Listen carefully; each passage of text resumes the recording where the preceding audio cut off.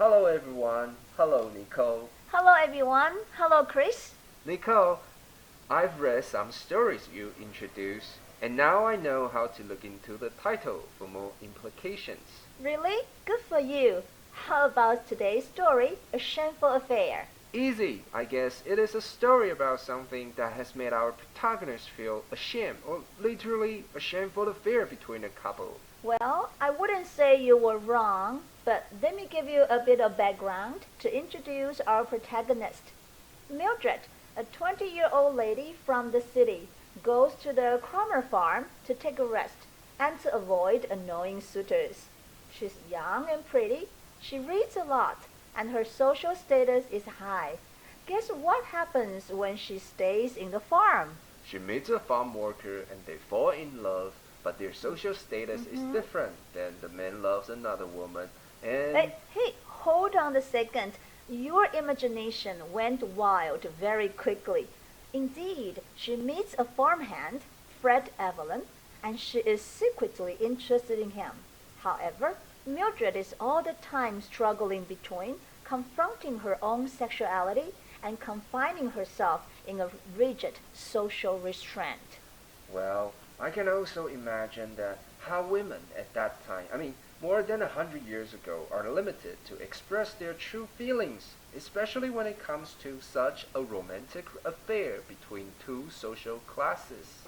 Me too. The story is very intriguing because both Mildred and the farmhand undergo enormous emotional changes throughout the entire story.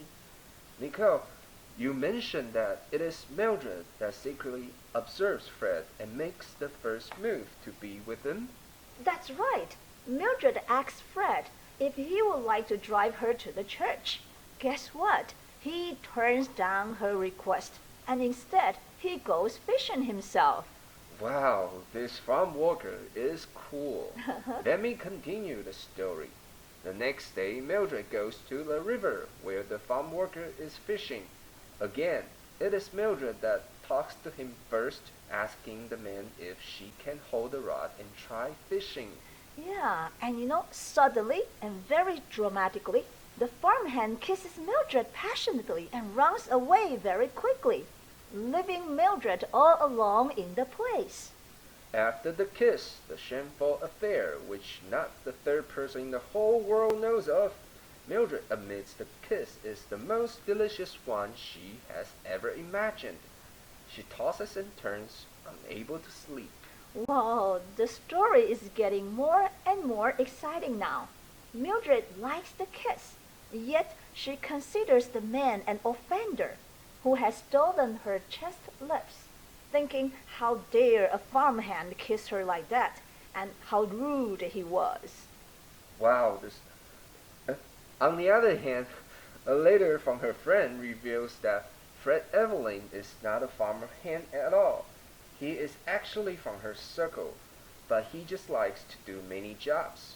Does this news ease her mind for not thinking about being offended in such ridiculous way?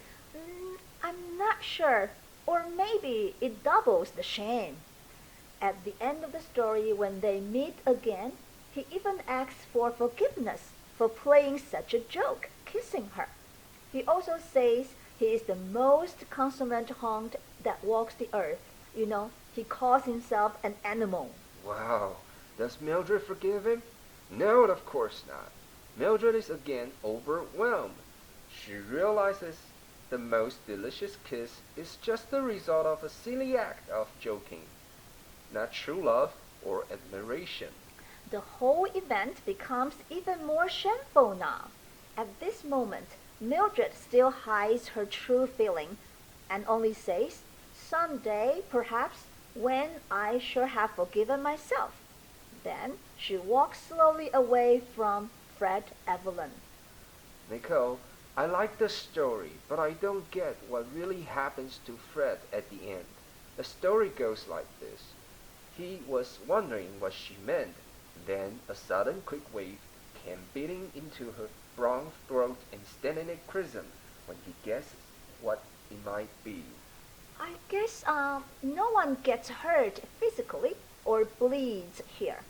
The quick wave may imply that Fred has also felt a very strong emotion, and he has realized that Mildred is all the time loving him. So what he has done at the river with the offending joke has really hurt Mildred very badly. That's sad. Are they going to open up their mind and reconcile?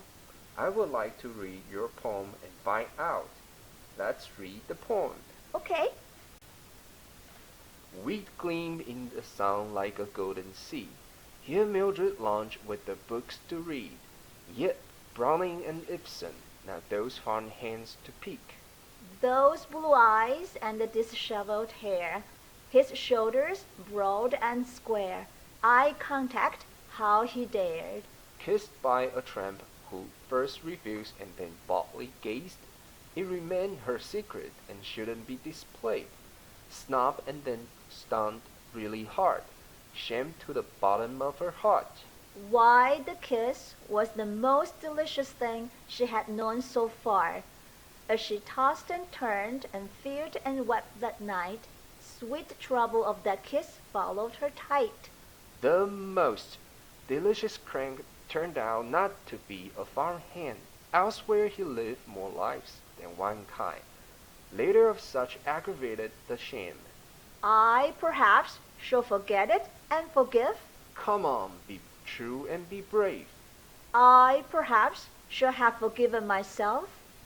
On that path of wheat so long and narrow, under the twilight she was in her sorrow, slowly walking away from him, from herself, into the shadow.